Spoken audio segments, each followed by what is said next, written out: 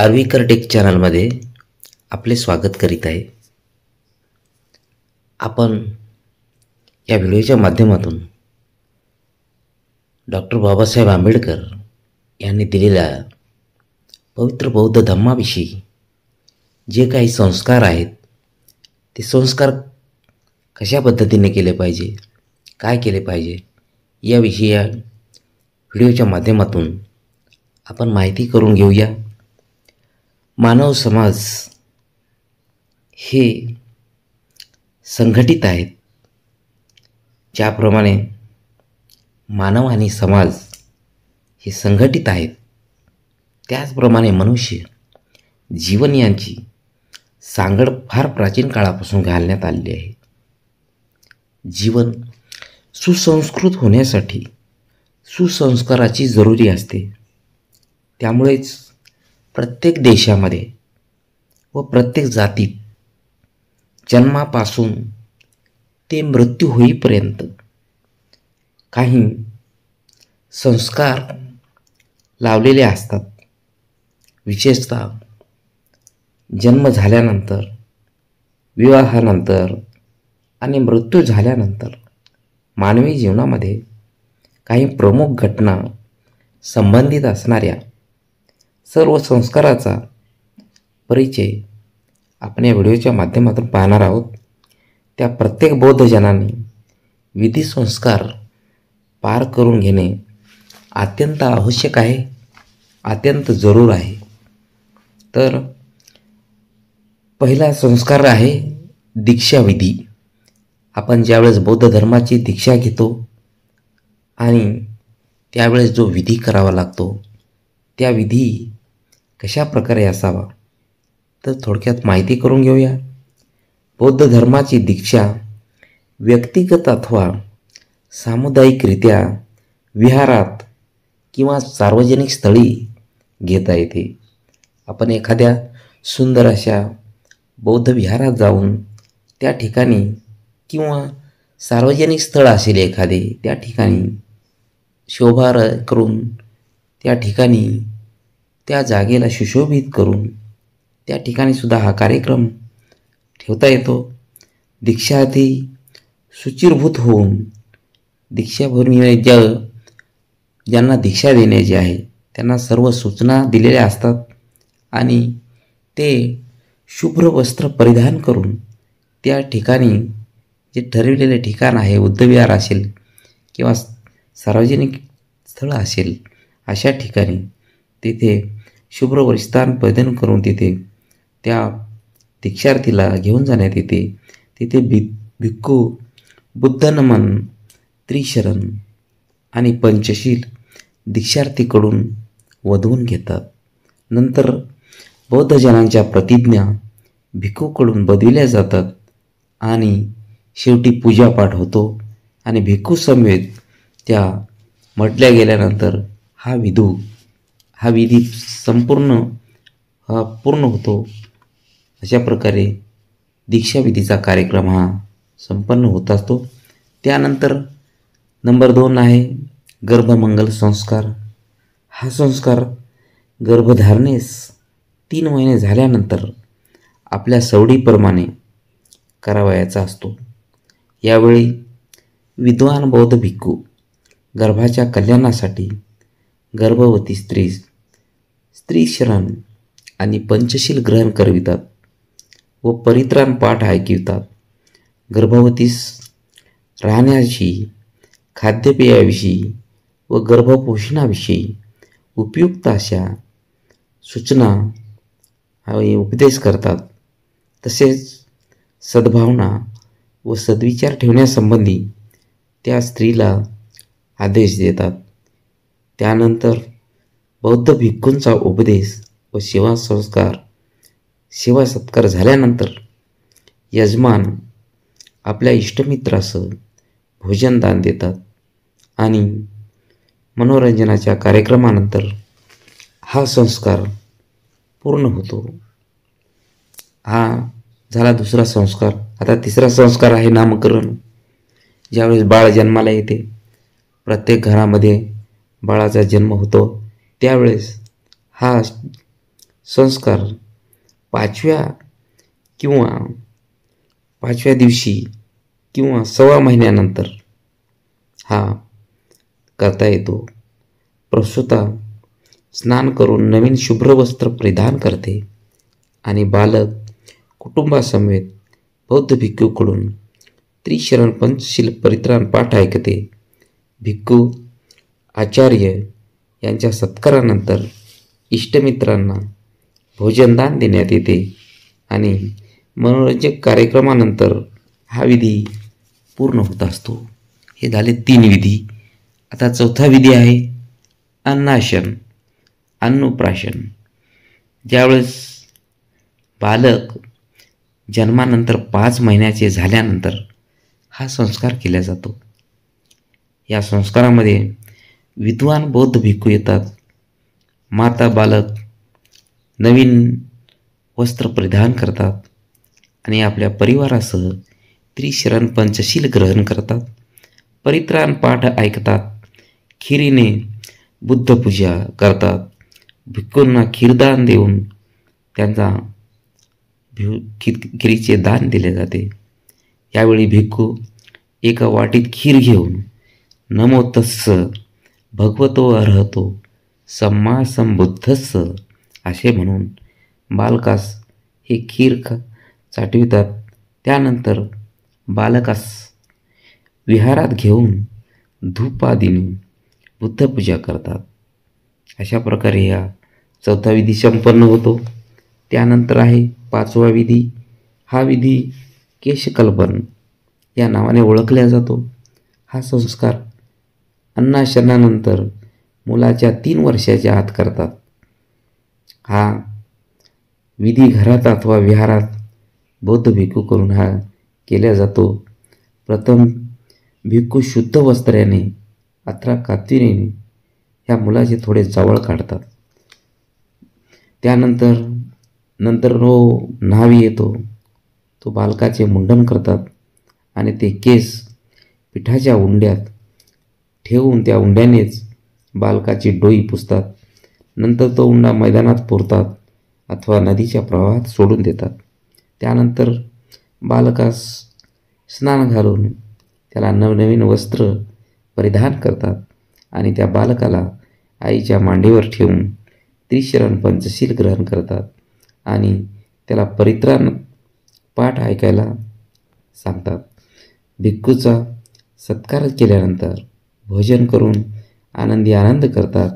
संध्याकाळी बुद्ध मंदिरात बुद्धाची पूजा करतात.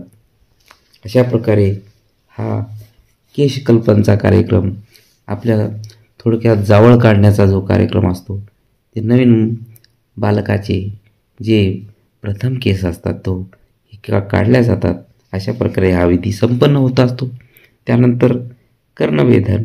आता कान टोचायचे हा विधीसुद्धा बौद्ध धर्मामध्ये कशा प्रकारे करतात त्याविषयी माहिती ही सांगितलेली आहे. आता ही माहिती 6 नंबरची माहिती आहे. कर्णवेधन म्हणजेच कान टोचणे. हा विधी 5व्या वर्षी करतात. त्यावेळी भिक्खूकडून त्रिशरण पंचशील ग्रहण करून परित्राण पाठ ऐकवला जातो. अशा प्रकारे कर्णवेधनाचा हा कार्यक्रम संपन्न होत असतो. त्यानंतर 7वा कार्यक्रम आहे विद्यारंभ. या कार्यक्रमामध्ये 5व्या किंवा 7व्या वर्षी हा विधी केला जातो. त्यावेळेस बालकास बुद्ध मंदिरात नेऊन बुद्धपूजा करतात. भिक्खू बालकास त्रिशरण पंचशील ग्रहण करवितात. तेथे भिक्खू मुलाच्या मदतीने हात धरून बुद्धं चरणं गच्छामि, धम्मं चरणं गच्छामि, संघं चरणं गच्छामि असे लिहून घेतात आणि त्यानंतर पालक घरी येऊन आनंदोत्सव साजरा करतात आणि योग्य त्या पाठशाळेत त्या मुलाचे नाव दाखल करतात. अशा प्रकारे हा विद्यारंभ नावाचा विधी संपन्न केला जातो. त्यानंतर आहे 8वा विधी. हा विधी साखरपुडा, साक्षगंध अशाही प्रकारे या विधीला म्हटल्या जाते. तर साखरपुडा कशा प्रकारे करावा हा विधी 8व्या क्रमांकाचा विधी आहे. हा विधी ज्यावेळेस लग्नाच्या दिवशी सकाळी किंवा 1 तास अगोदर अथवा काही दिवसाच्या आधी मुलीच्या घरी केला जातो. त्यावेळी नियोजित वधूला शुभ्र वस्त्र परिधान करून जमलेल्या प्रतिष्ठित माणसांच्या संमतीने 1, 3 अथवा 5 सौभाग्यवती स्त्रियांकडून कुंकुम तिलक लावतात आणि नंतर बुद्धनमन, त्रिशरण, पंचशील पठण ग्रहण करून हा विधी साजरा केला जातो.